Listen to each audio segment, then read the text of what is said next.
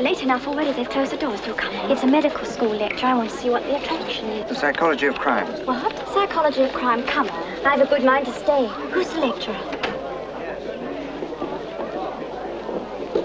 I'd stay if I were you. He only lectures once a week. Now you've got to stay.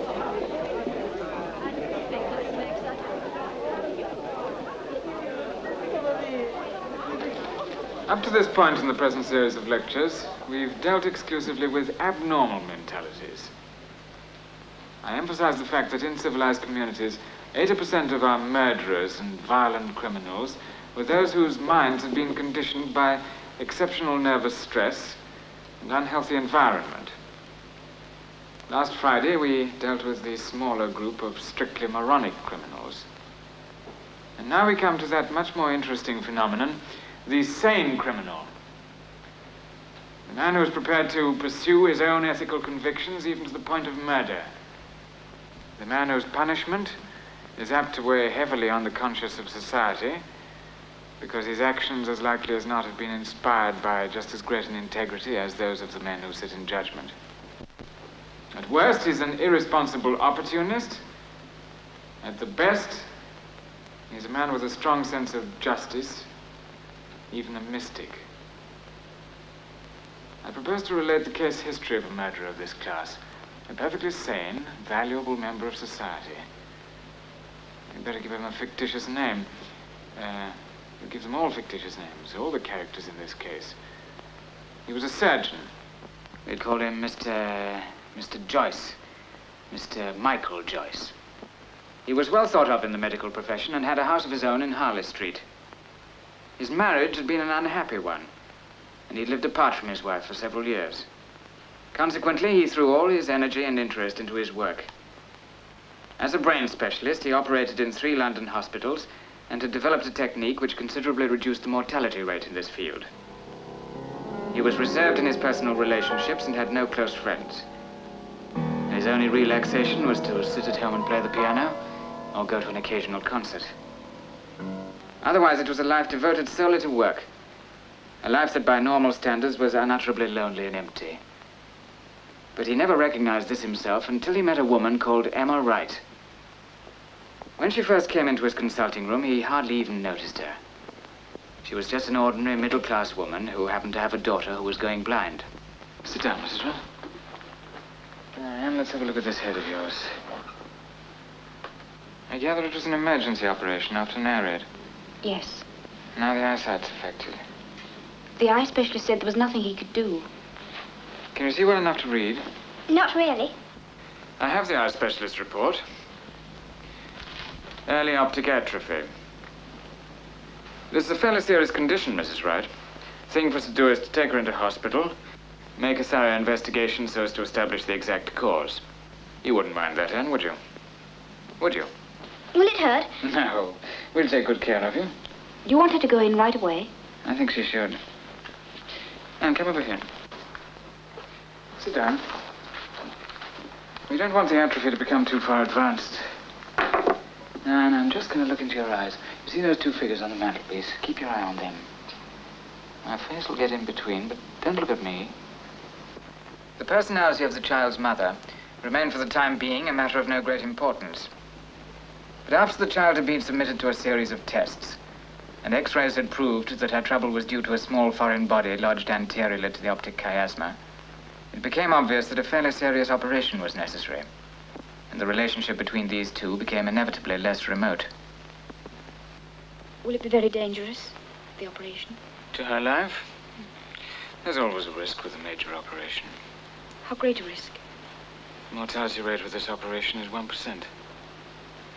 And if you don't operate? She'd go blind. Oh, if only my husband were here, he'd know what to do. I hate to go ahead without him. We might consider putting it off for a short time if he's coming home soon. Not for several months, I'm afraid. In that case, I shouldn't advise it. Every week that we let it go, it gets progressively worse. I know. I know you're right, but you don't think she... I mean, she couldn't be among the 1%. In my mind, there's no question at all. I've met this problem before on many occasions, always with complete success. I wish you felt you could trust me. It isn't that. I'll do what you say. Well, I suggest we leave Anne here at the hospital. She's comfortable, and I'll operate as soon as it can be arranged. All right? All right. There's nothing to it, Anne. We give you something nice to make you go to sleep, and when you wake up again, it's all over. Then you'll be able to see properly again. Oh, Mummy, they want to cut my hair off. But, darling, it'll grow again. Oh, must I stay here, Mummy? Mr. Joyce will take great care of you. Oh, don't go, please, Mummy. How would you like your mother to stay with you till you go to sleep? Can't you stay with me until I wake up again? She can stay with you all the time if she likes. Oh, yes, please, Mummy. He says you can. All right, darling, I'll stay. I'll see you later, Anne. I won't be a minute.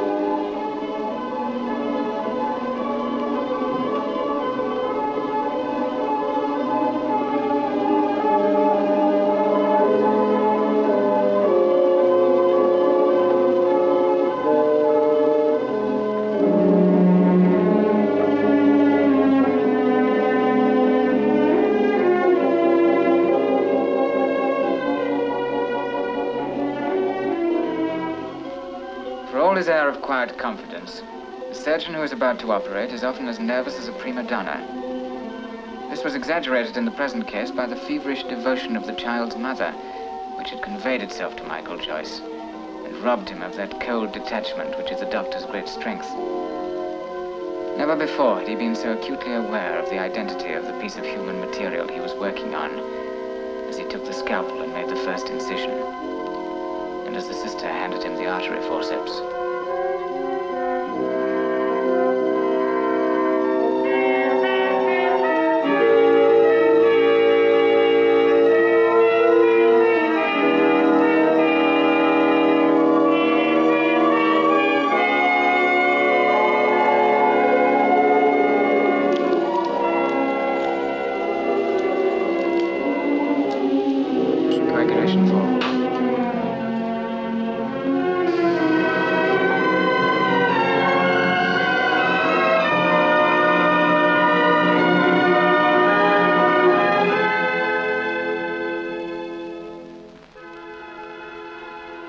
Complications at all.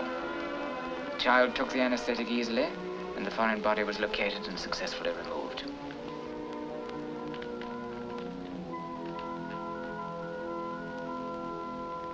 The chief sufferer, of course, was the wretched woman who had been pacing up and down the waiting room for 2 hours.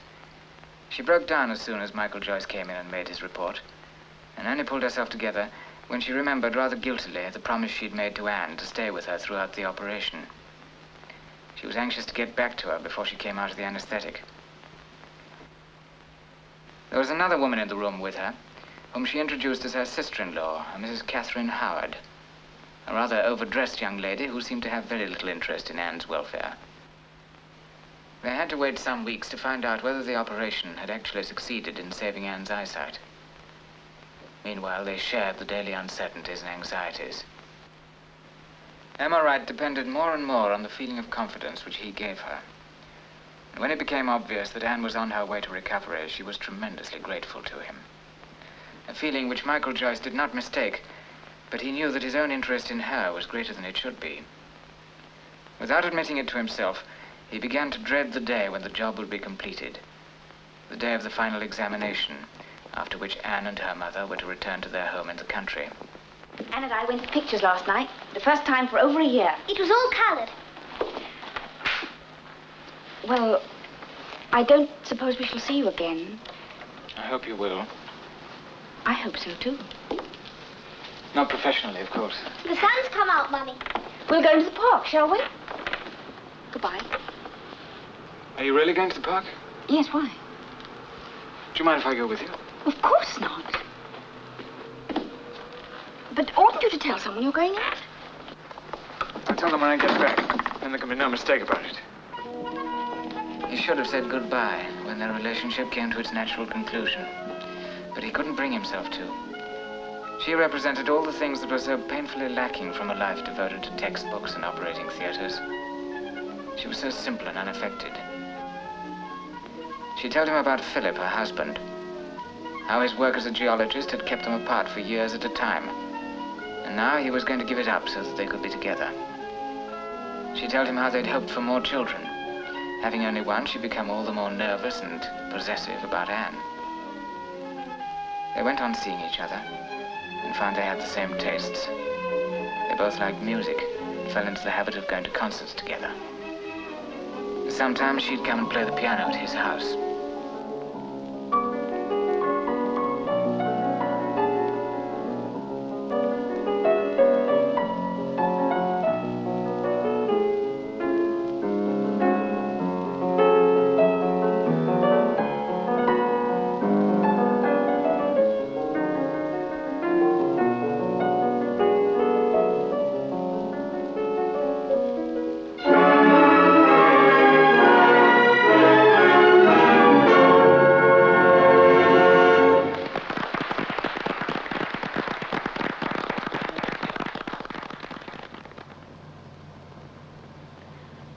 I feel awfully guilty making you drive out all this way. It's all right. I really should have stayed in town, only I hate leaving Anne alone at night. I'm relying on you to show me the way. I don't know this part of the country. Oh, I know the road. Good. Wait a minute. And we lost? Oh, it's all right. That's our chapel. Your chapel? Yes, you can see it from my bedroom window. Draw up when we come to it. I must show it you. All right. There used to be great ructions in the family about it.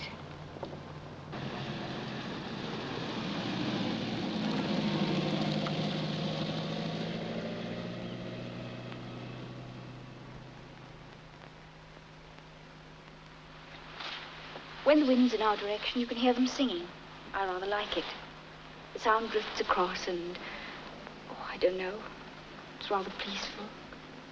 Some people hate it. Kate was always trying to get Philip to sell the house. That was before she was married, of course. Then after she came back here, after her husband was killed, she started all over again. She says Clay always plays out of tune. Who's Clay? Our gardener. He plays the organ here. Kate thinks we ought to get rid of him because of it. Why, does it affect his gardening? Oh, no. It's just that Kate thinks that if he hadn't a job, he might go and live in another district, and then there wouldn't be anyone to play the organ. Who's Kate? My sister-in-law. You met her one day at the hospital. Did I? Don't you even remember the people you meet? I remember the important ones. The ones I want to remember. That's our house up there. There's something I've been wanting to ask you all the evening. Yes? It's just, are you divorced? No. Diana doesn't want a divorce. Why do you ask? Oh, no reason. I just wondered. We ought to be going. It must be awfully late.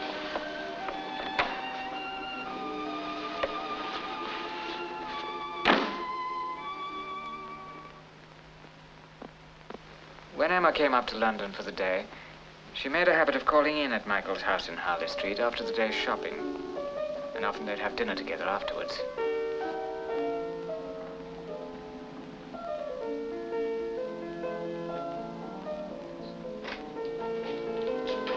Hello. Sorry I had to keep you waiting. I got messed up with my appointments this afternoon. It doesn't matter. Come and listen. What is it?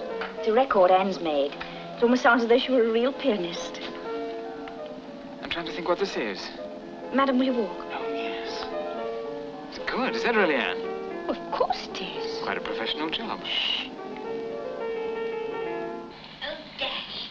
I'll go back. That was a mistake. She always goes wrong there. But we're going to have another one made without any mistakes. I'm frightfully sorry. She can play it, really. This is where she goes wrong.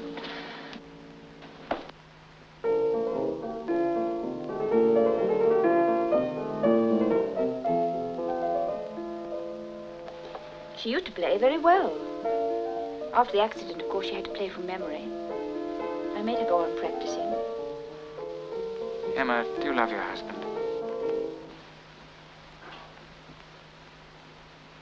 Well, do you?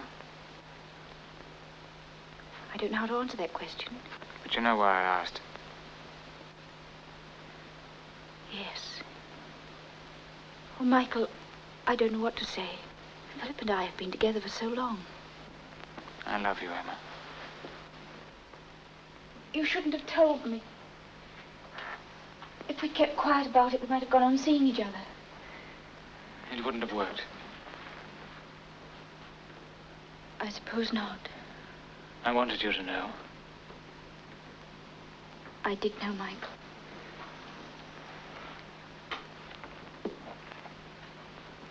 I've tried not to recognize it.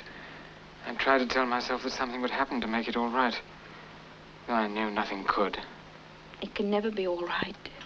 Neither of us is free or ever likely to be. There's nothing we can do about it. We won't see each other again after today. No. I'll miss you. Oh, Michael, so shall I. Dreadfully.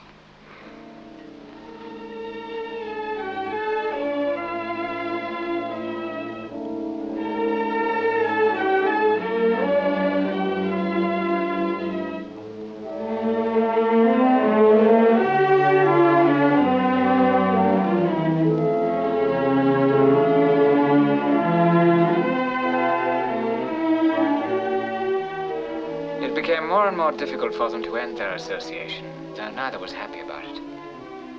Emma's husband was giving up the work he liked so as to be with her, and she was torn between her loyalty towards him and her love for Michael Joyce. Finally, she decided to write to her husband and explain what had happened, and to ask him to release her.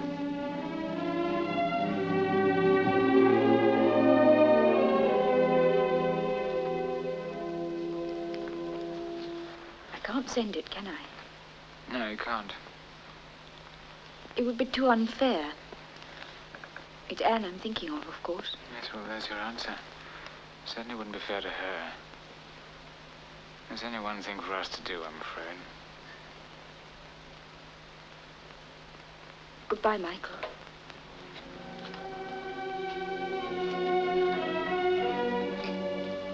No, don't come near me. We must never see each other again.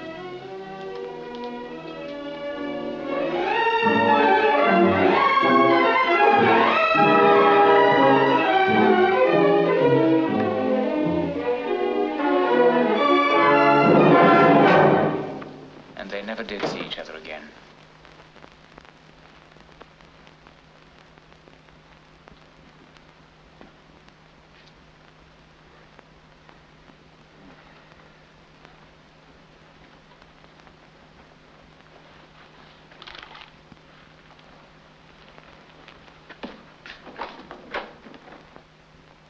Good morning, Mr. Joyce. Good morning. Isn't it terrible about Mrs. Wright? Mrs. Wright. You remember, the mother of the little girl. Come on, I'm having fun. Oh, will you come in?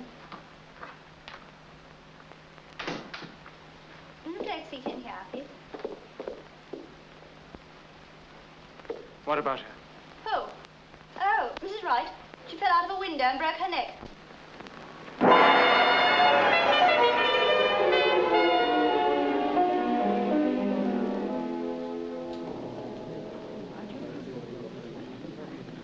It was established at the inquest that the fatal fall took place at about 6 o'clock in the evening. The only other people in the house at the time were the child, Anne, and a housemaid, who testified that earlier in the afternoon, Mrs. Catherine Howard had visited the house. Did you see Mrs. Howard leave? Yes, sir. I saw her get into a car and drive away. At about what time? A little before 6, I should say, sir. And it was some minutes later that you heard a noise as of someone falling. Yes. That will be all, Miss Bond. Thank you.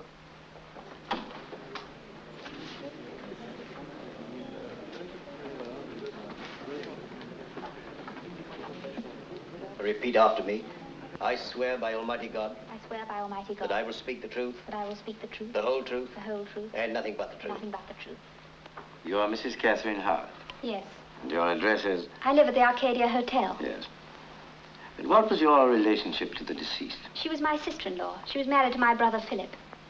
When did you last see Mrs. Wright alive? About 6 o'clock on the evening of the accident. I was with her for about an hour. You had an engagement with her? Well, not exactly an engagement, but she knew that I might stop by. Was she actually expecting you to stop by? Well, she wasn't exactly expecting me, but since my husband was killed, I've been in the habit of popping in and out whenever I was nearby. What happened when you arrived? Nothing. Did you talk? Yes, we chatted for a while. About anything in particular? No, just talk. Did she seem worried? On the contrary, she was very cheerful. She was looking forward to her husband coming home. Had she been suffering from ill health? Not at all. Then there was nothing in her manner to suggest that anything was wrong. Certainly not. Oh, but she did have a great fear of heights. She had a great fear of heights. Do you mean that she mentioned it on this particular afternoon? Well, no. Why did you mention it just now? Well, it seemed to me the only possible explanation for her falling out of the window. I see. What was Mrs. Wright doing when you left her? She was in her room. I think she was going to turn out her stocking drawer. Thank you, Mrs. Howard. That will be all.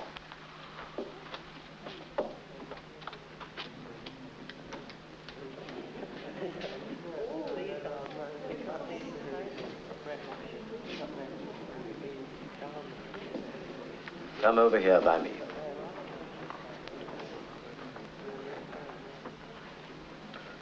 Now, Anne, you understand what is meant by telling the truth, don't you? Yes. It's very important that you do, because I'm going to ask you a few questions, and I want you to answer them truthfully.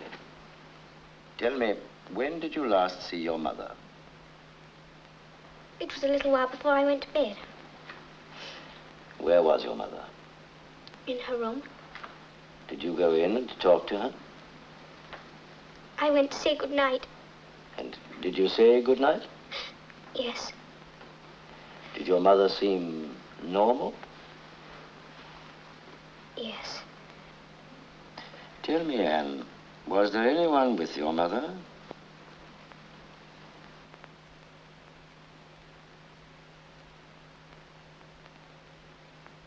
No. Nothing happened that seemed unusual to you? No. Thank you. That will be all.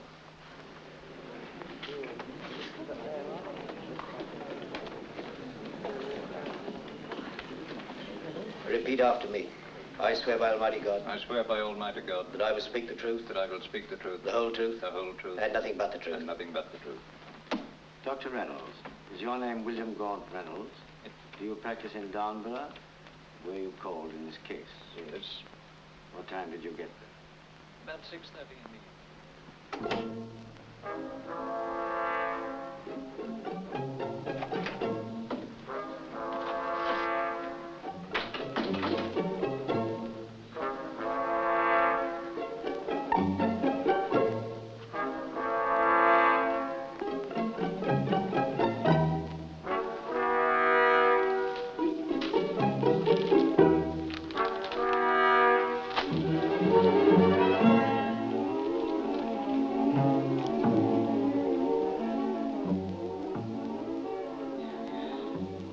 Was there anyone with your mother?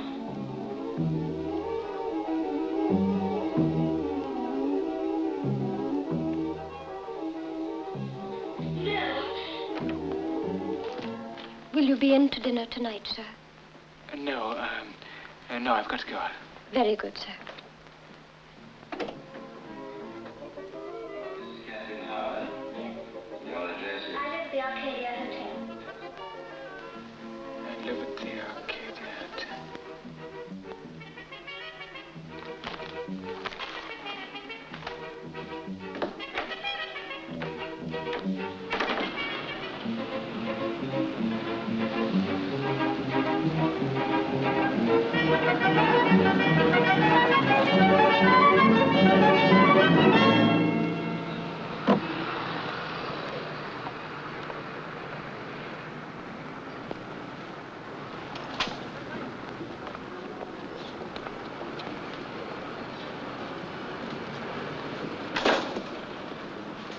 Mrs. Catherine Howard in?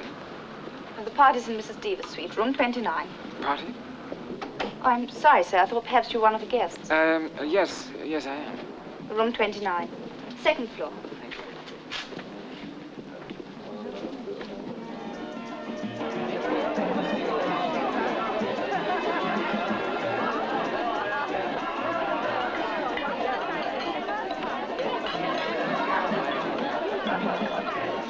Thank you. Oh, I'm so glad you were able to come. We're in such a muddle. Everybody seems to be here. I won't have to introduce you. Oh, look, there's Joan Scott Trotter. Joan, I want you to meet Mr. How do you do? Albert. And I can't bear to see people without anything in their hands. There. Thank you. Oh, dear, I might have known she'd turn up. Oh, darling, I'm so glad you were able to come. These are the ones we ought to avoid. Right, what's wrong with them? After Jenny Deaver's last party, Judy Hammond went blind. Permanently? No, she's over there somewhere. Why, there's Kate Howard, and on the day of the inquest. Could she do it? Put this down for me somewhere, will you? Yes.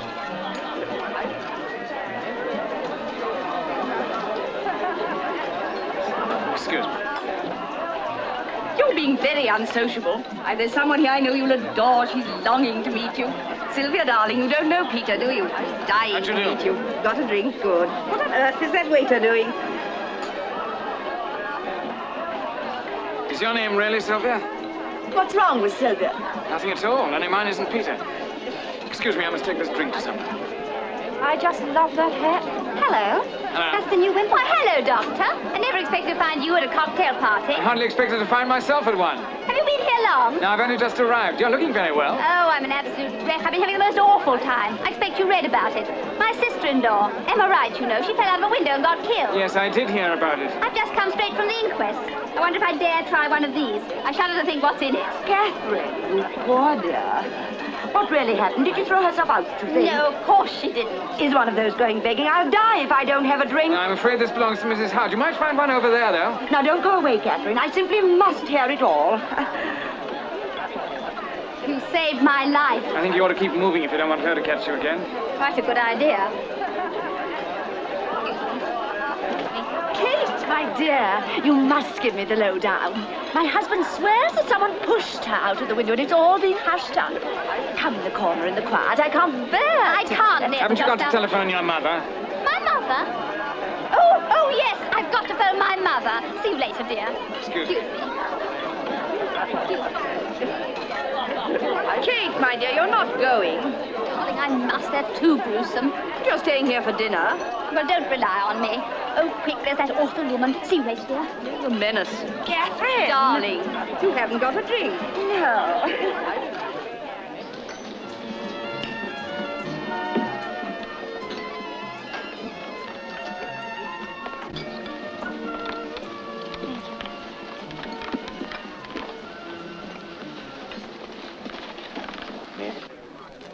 Thank you. Thank you. I'm really not suitably dressed to be here. I ought to have changed, I suppose, but I've had such a hectic week, what with the inquest and everyone ringing up and asking silly questions about Emma. I do sympathize with you. All I know is she left me with a load of debts. Is Mrs. Wright in debt? Oh, not hers, mine. I wonder if they've got any potted shrimps. What's happened to Anne? Anne? How do you know Anne? I operated on her. Why, yes, of course, so you did. How silly of me. You know, I think I had one too many at that party. I almost forgot for the moment who you were. Well, what has happened to her? Oh, she's gone to Portsmouth. Emma's mother has a house down there. There's a dreary old miser, if ever there was one. She hates me, as if you cared. I do care. I'm most interested. You're just being very polite and sweet. Frankly, I'm bad for you.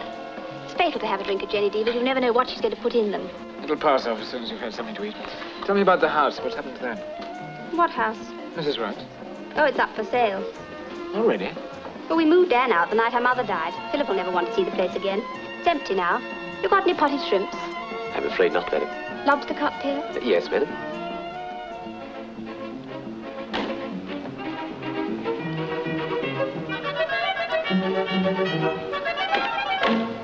Would it be very forward of me to hope that I shall see you again? If you'd held your breath a moment longer, I should have suggested it myself. Well, Well, you free tomorrow evening? I'll see that I am. All right. Same place, 6 o'clock, in the bar? Wonderful. Good. Good night. Good night.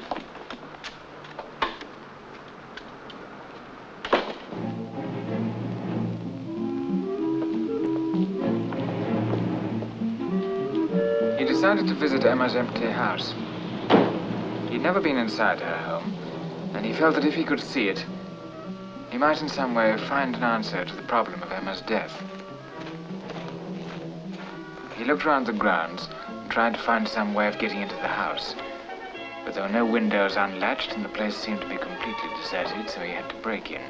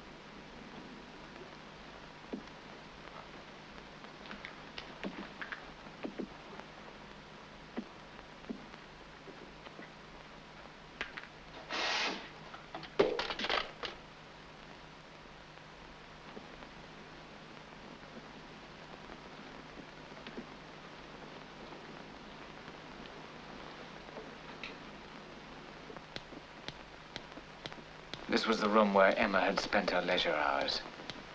Everything was just as it must have been when she was alive.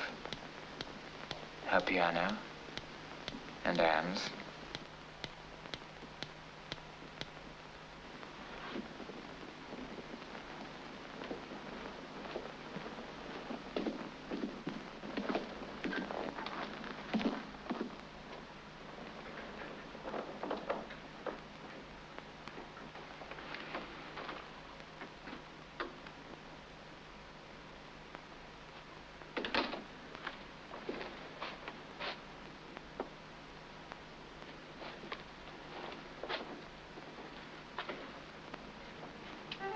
He knew he was in Emma's room as soon as he opened the door.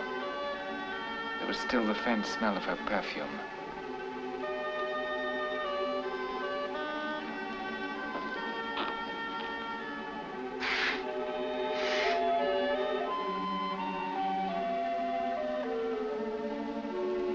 On the other side of the valley, he could see the little chapel that Emma had found so charming.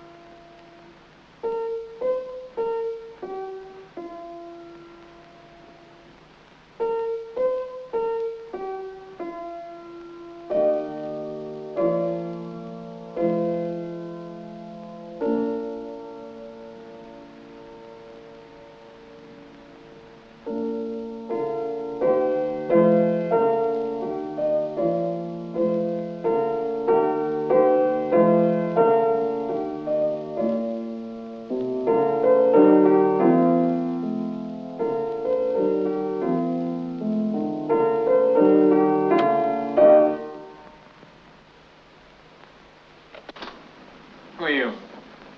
That's what I should be asking you. I didn't know there was anyone here. No doubt you didn't.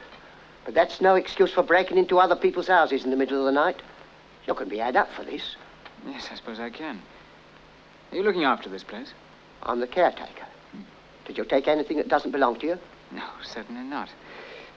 It's rather difficult to explain. It's just that you haven't got a piano of your own, I suppose. It's all right, I believe you.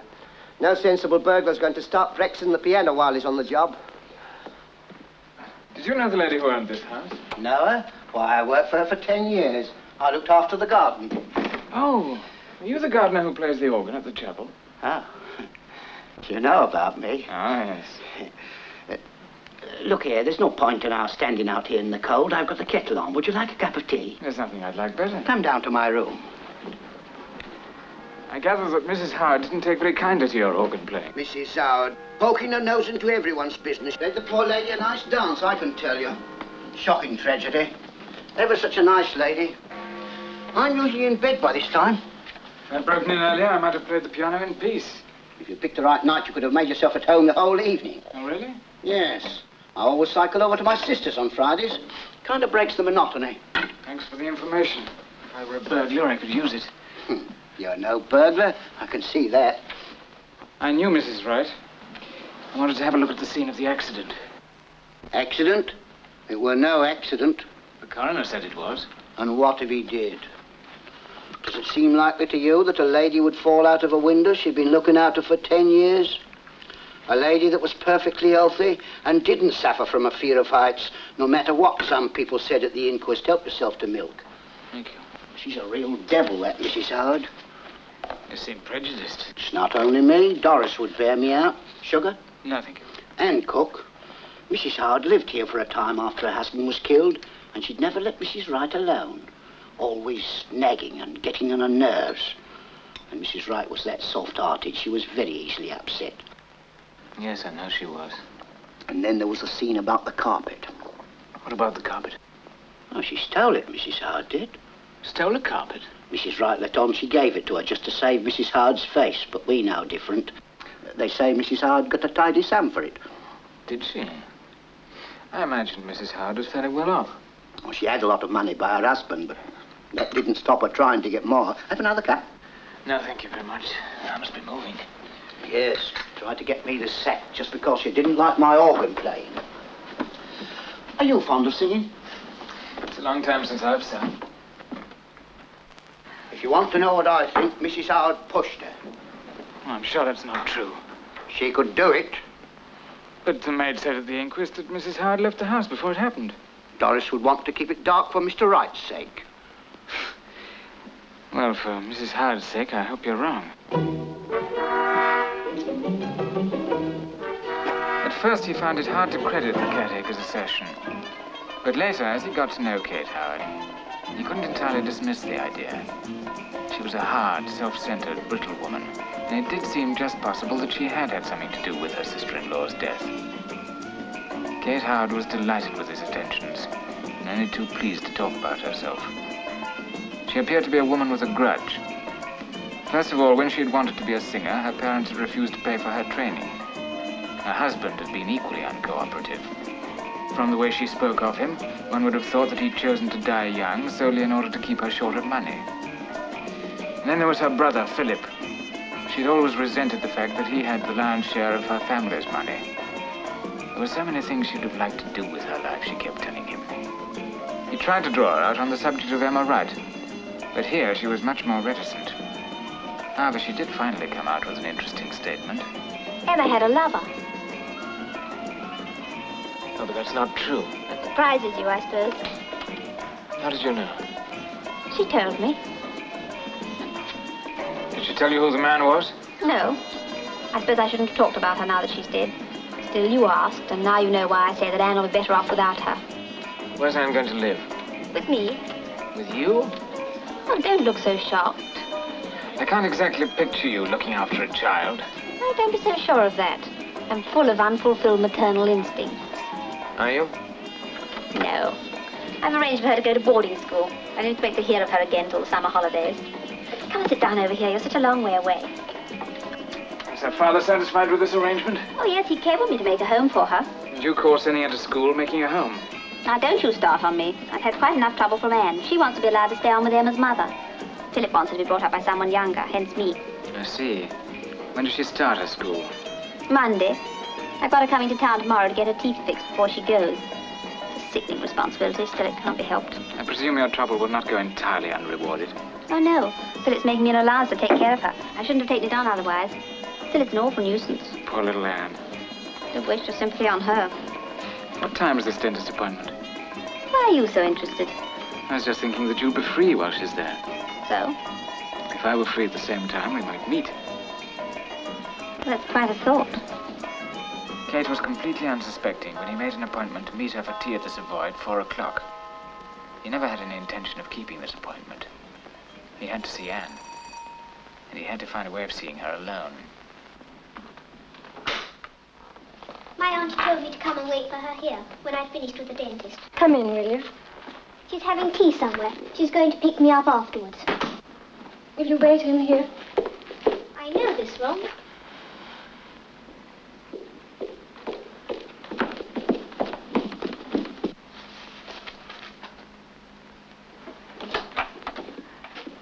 Hello, Anne. Hello. Did the dentist give you a bad sign? I was told to wait here for Aunt Kate. Is it all right? I was expecting you. Your hair's growing nicely. Oh, it's awful. I thought it was about time you and I had a talk. What about? About you. Do you like the idea of going away to school? I don't mind. Do you like your Aunt Kate?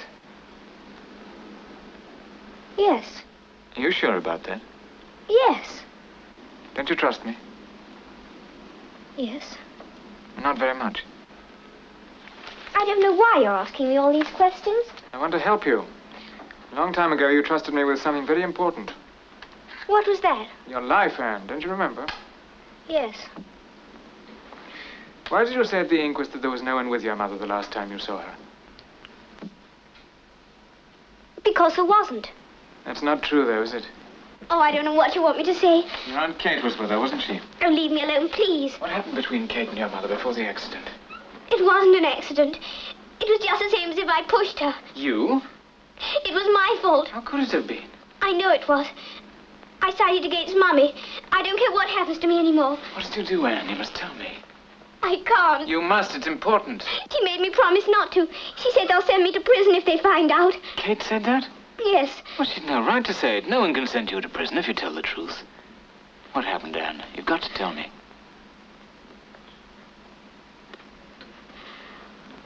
I went up to Mummy's room to say goodnight. I've been playing in the garden since tea time. I knew Aunt Kate was with Mummy, and as I reached the top of the stairs, Aunt Kate was coming out of Mummy's room. She was angry, and she talked in a very quiet voice to me. She said she had something very important to tell me. Then she started. She said the most horrible things about Mummy and some man. There was going to be a divorce, she said, and I'd have to give evidence against Mummy. I'd have to tell them in court for Daddy's sake all the awful things Mummy had done. I suppose Mummy must have been listening all the time, because suddenly she told Aunt Kate to get out of the house.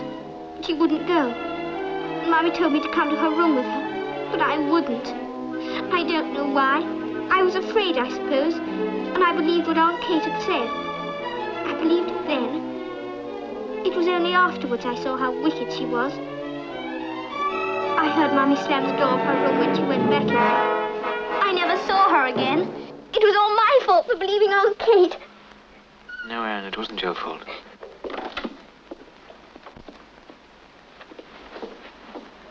Oh, what in the world happened to you? I'm afraid I couldn't make it. I can see that. Where have you been? I got held up. Well, you could have telephoned me. I waited for you over an hour. As it happens, I had more important things to do. I don't know who you think you are. I'm not in the habit of paying for my own tea. Come along, Anne.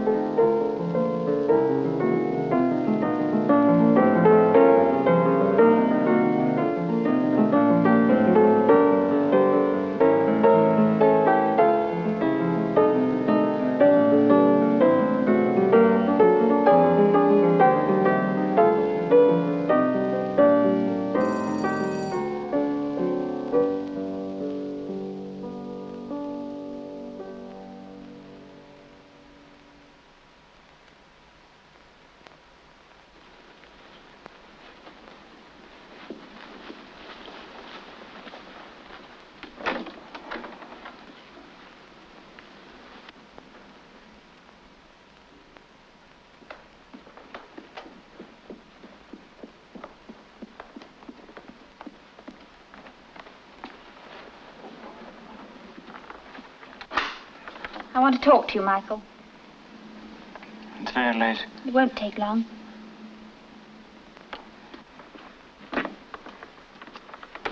What do you want to say? We can't talk down here.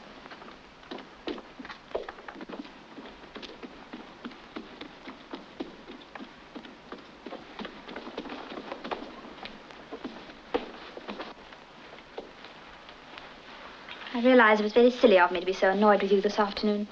I suppose you were working and couldn't help it. Is that what you came to say? Yes. All right, you've said it now. Good night. You're still angry with me. Please don't be. Let's forget about it and be friends. I don't want to see you again, Kate. Oh, Michael. Just because of this afternoon? That has nothing to do with it. You can't just drop me like this. It isn't fair. It'll be better for you if I do. How can you say that? You're fond of me, aren't you? Anyway, I'm very fond of you. Go home, Kate. It's silly to punish us both just because you're angry with me. Michael, you're not just trying to end things with me out of a misplaced chivalry, are you? Misplaced chivalry? What do you mean? It just occurred to me that you might think you were being unfair to go on, knowing that you're not free. Oh, I see. You mean I'm trying to drop you rather than involve you with a married man, is that it? Well, isn't it? I'm asking you for the last time. Go home before it's too late. Michael.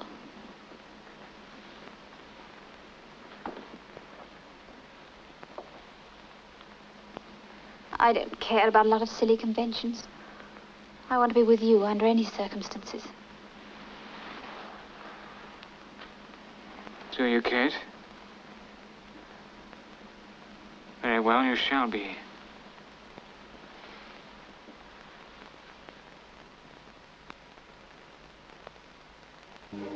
She had made up his mind for him. That was the end for Kate. He now began to make his plans for the revenge he'd thought of for so long. He arranged for his junior to take over his patients and established at the hospital that there was a possibility that he might not be available for the coming fortnight. He wanted to be prepared for every emergency. If something should go wrong and prevent him carrying out his plan at once, he didn't want his absence to be noticed. He'd left himself with only one appointment before his meeting with Kate Howard. This was a routine job of an educational nature, which he did at regular intervals as a sideline. While he was engaged on it, his mind was working out the practical problems which would be involved by this plan he'd formulated. It was a Friday night.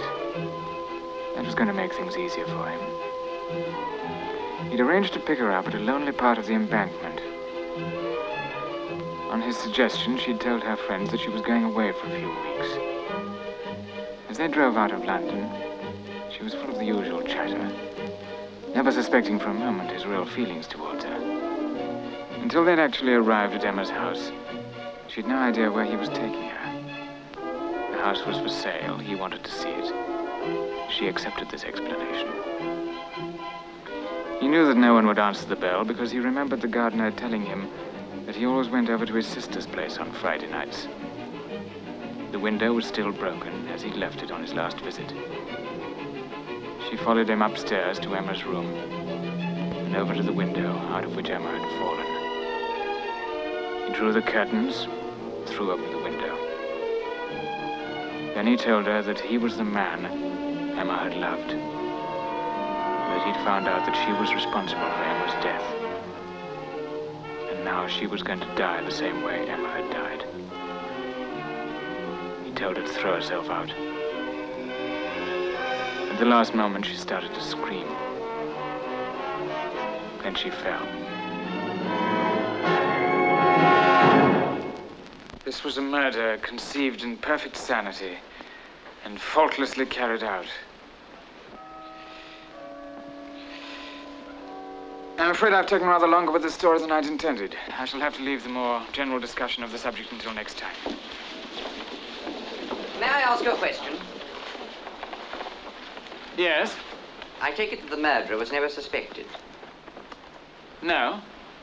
The police could find no evidence that pointed to anything other than suicide. And yet, like all paranoics, he had to tell someone about it. don't quite get that. Well, he told you, presumably. Yes, he was a patient of mine. In a lunatic asylum. No, he was perfectly sane. Sane as I am. You didn't mind my asking. Not at all. It was a good question.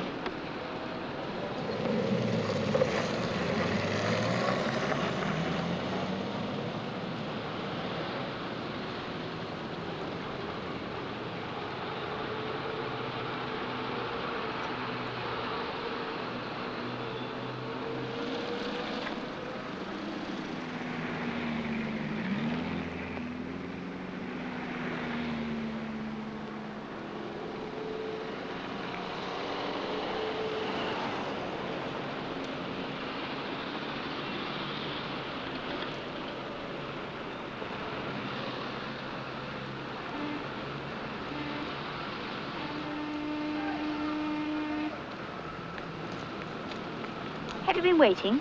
I'll take that.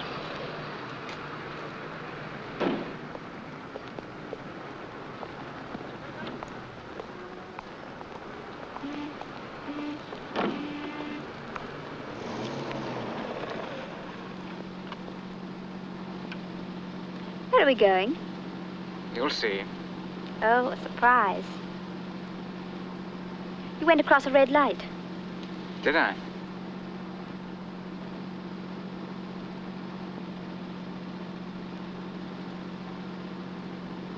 You hate women who make up in public. I've never thought about it. So much for that as a subject of conversation. Perhaps you'd like to talk about yourself. What was your appointment this evening? I was giving a lecture on criminology. Well, what have you got to say on that subject? I told a story about a man who killed a woman for revenge. It's carrying things a bit far. Mad, I suppose. No, he was perfectly sane. Oh, no, they always have a kink somewhere, those people who do violent things. Take my sister-in-law, for example. How does she come into the argument? She must have been a bit mad to do a thing like that. Like what? Committing suicide. What makes you say it was suicide? It was an accident. What's the matter? I thought for a moment that was that awful chapel near her house. We're going to her house. Whatever for? You said it was up for sale, didn't you? Well, so it is. I might buy it. Well, what a time to choose to go look over a house. You must be demented.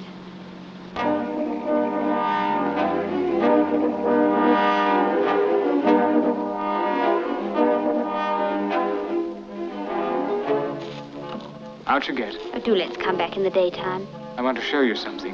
It won't take long. Oh, all right.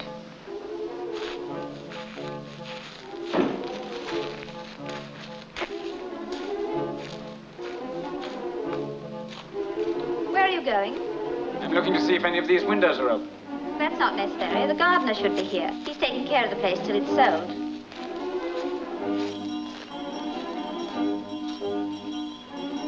There's a window broken here.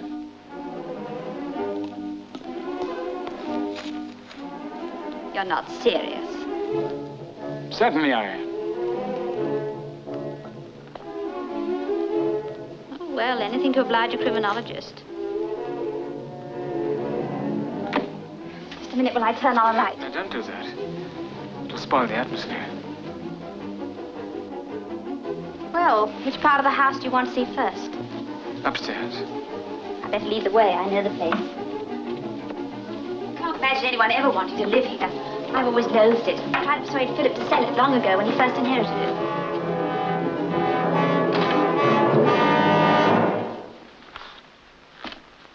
This was her room. That's right. How did you know? I've been here before. When? What really gave you the idea that she had a lover?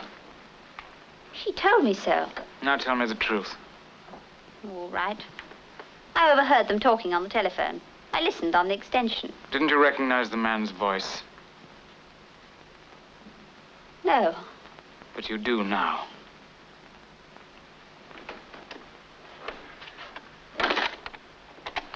You evidently thought you were safe. That when she was dead, that was the end of the matter.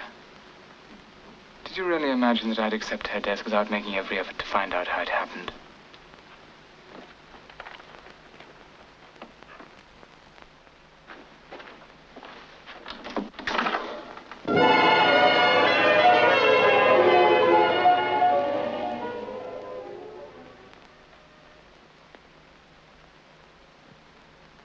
Come here.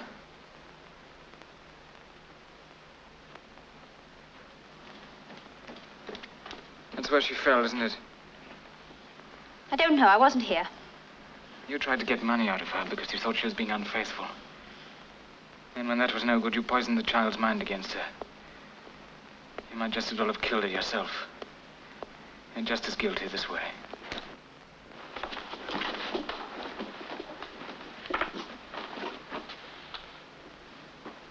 What was that for?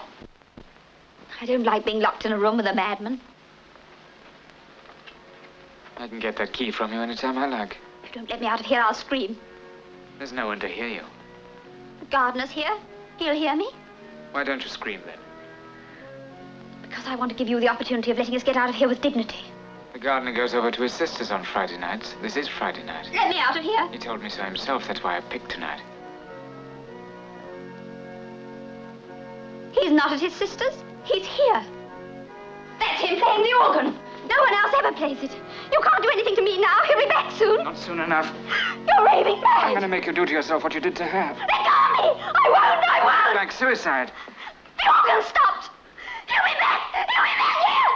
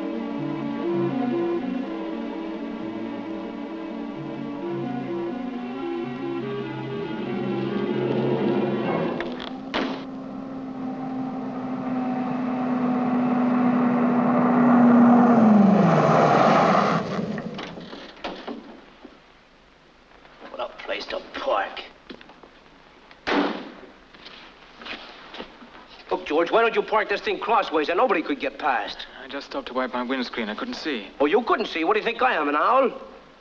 Where are we, do you know? Yes, we're on the main Portsmouth Road. Thank goodness somebody knows. That's where I'm supposed to be headed. I can tell you how to get there. Directions in England? Are you kidding? No, thanks. I'll just follow you. No, you can't do that. I turn off just up the road. That's all right. I'll follow you that far. Give me a highball when you turn. Okay.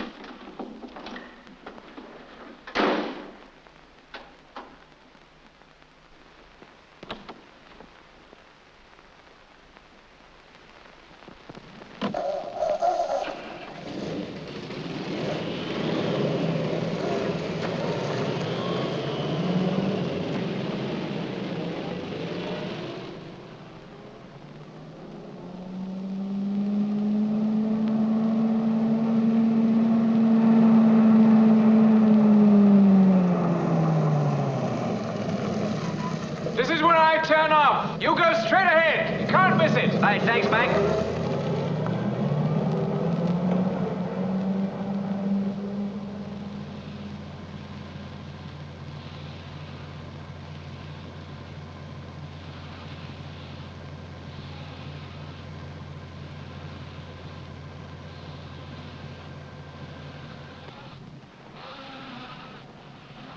Oh, can you help me? I've run off the road. My car's ditched. I'm afraid I can't stop. I'm in a hurry. Well, perhaps you'd be good enough to give me a lift. No, I'm sorry. I'm afraid I can't. I've got an urgent case.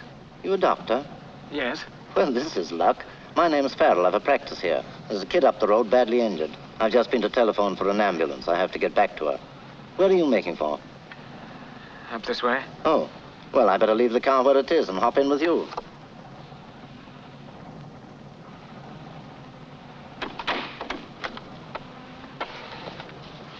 Oh, just a minute. I must get my bag.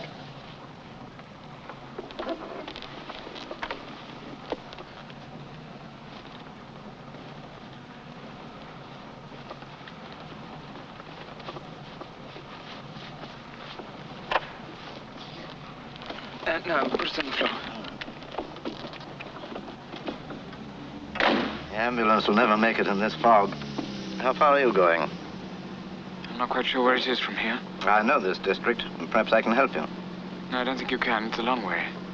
Are you a London man? Yes. Have you had any experience with fractured skulls? Quite a lot. Could have used you tonight. Why do you have to turn up when it's too late? What could you have used me for? This kiddie I was telling you about. Road accident, was it? Yes. Lorry ran into a private car in the fog. Kitty was in the back and seemed to have taken most of the bump. She's unconscious now and bleeding from a cut over the right ear.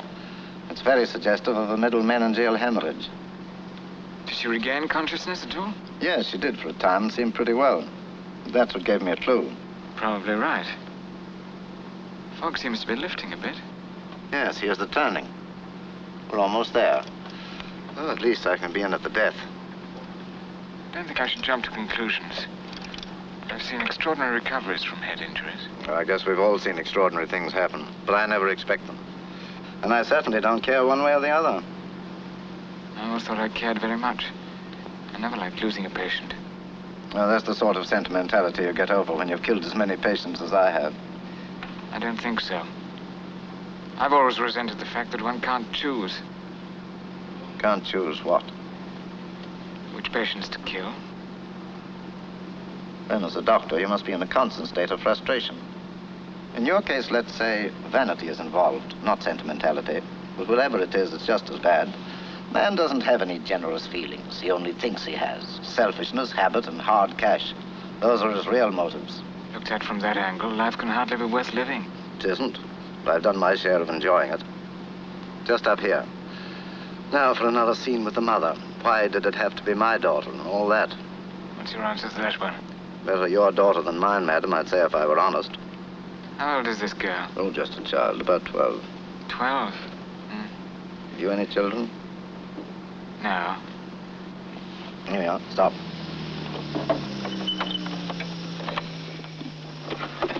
Oh, I suppose I couldn't persuade you to look in for a moment and give a little presence to the case. It's always a great comfort to the parent to have a second opinion say there's no hope. Maybe there is hope. She's still alive, isn't she?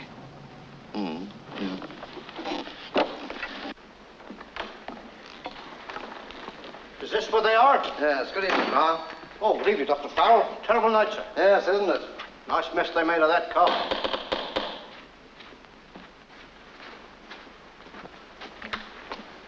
Oh, Doctor, we thought you'd never get back. I managed to get another opinion. This is Dr. Where's the patient? Oh, Doctor, she still hasn't moved.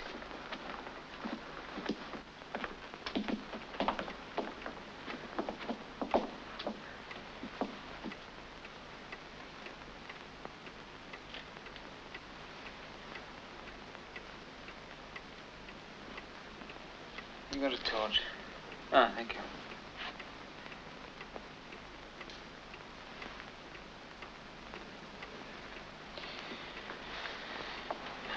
Take that.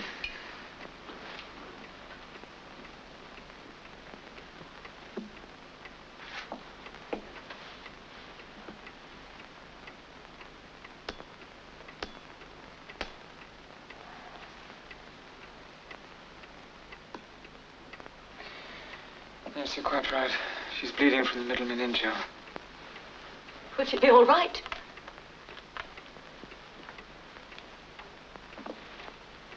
I'll operate now. What, in this place? I've got a large saucepan or fish kettle. I want to sterilize my instruments. And, I shall need some clean sheets. I've got my instruments in the car.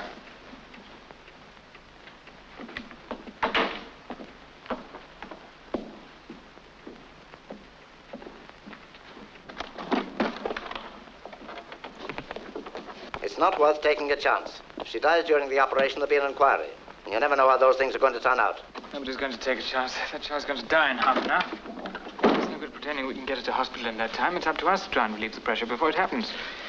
Maybe I can secure an artery. At least I can do a decompression and give you time to get her to hospital. Well, that's a job for a specialist. I wouldn't touch it. It'll be all right.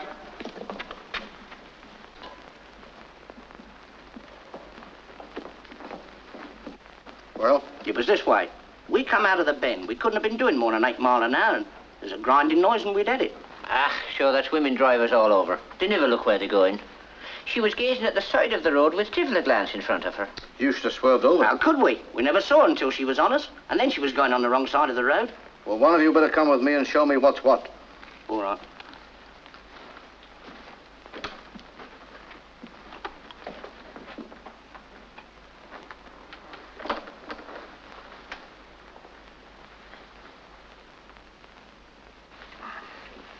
Fix that onto the tube.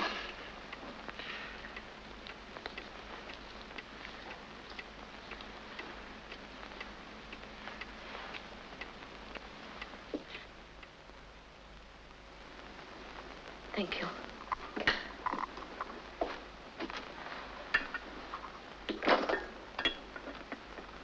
There'll be an inquest. Well, let's if... There's no use thinking about that now. After all, it wasn't your fault. I had a clean license.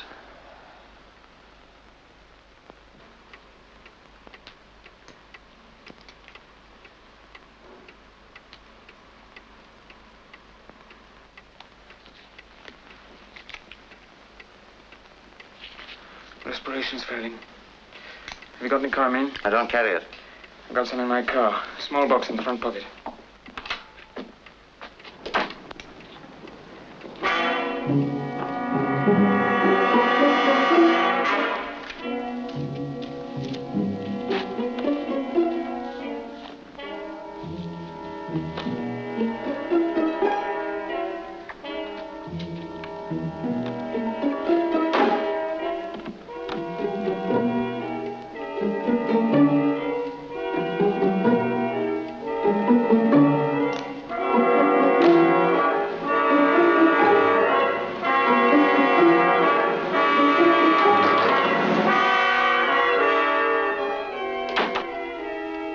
It wasn't in the front, but I found it.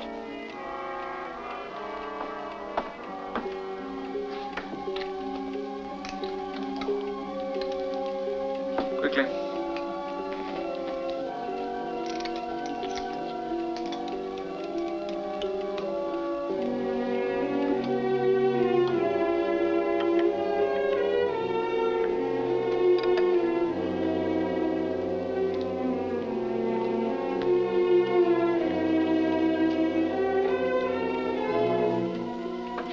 Throw Rosamund to this.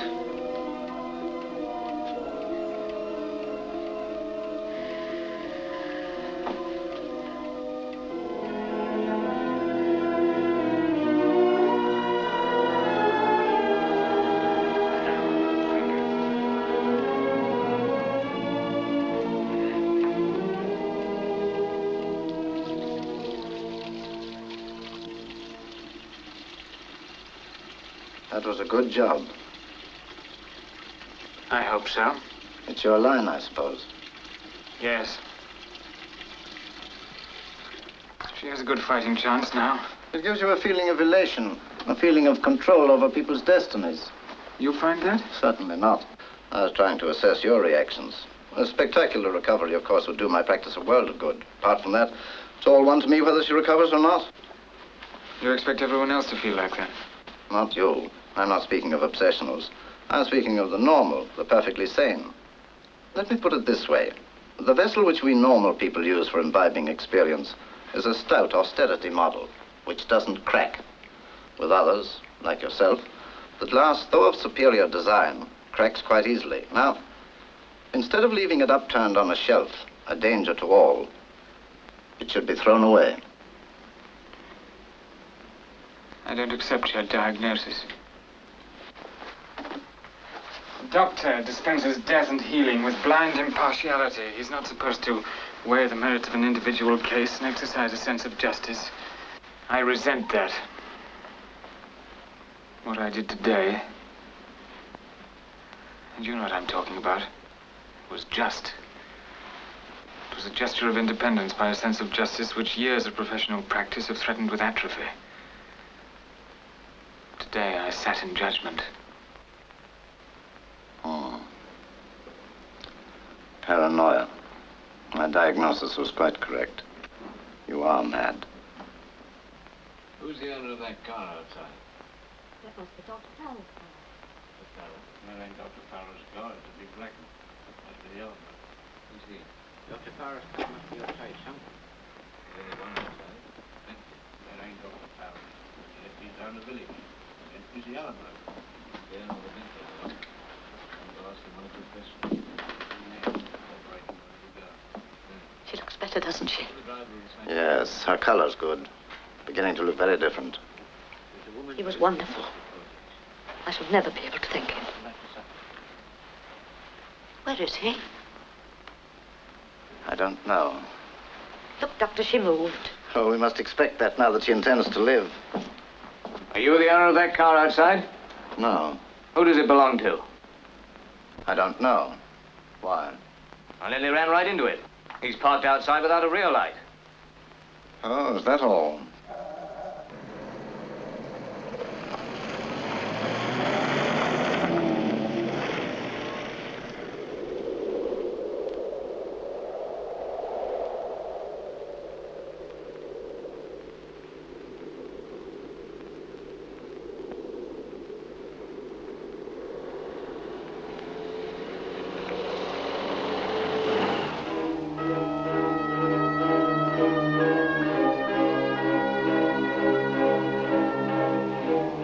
Relate the case history of a murderer of this class. Perfectly sane, valuable member of society. And you ain't like those paranoids. You tell someone about it. Yes, he was a patient of mine. In a lunatic asylum. No, he was perfectly sane. As sane as I am. Not you. I'm not speaking of obsessionals. I'm speaking of the normal, the perfectly sane.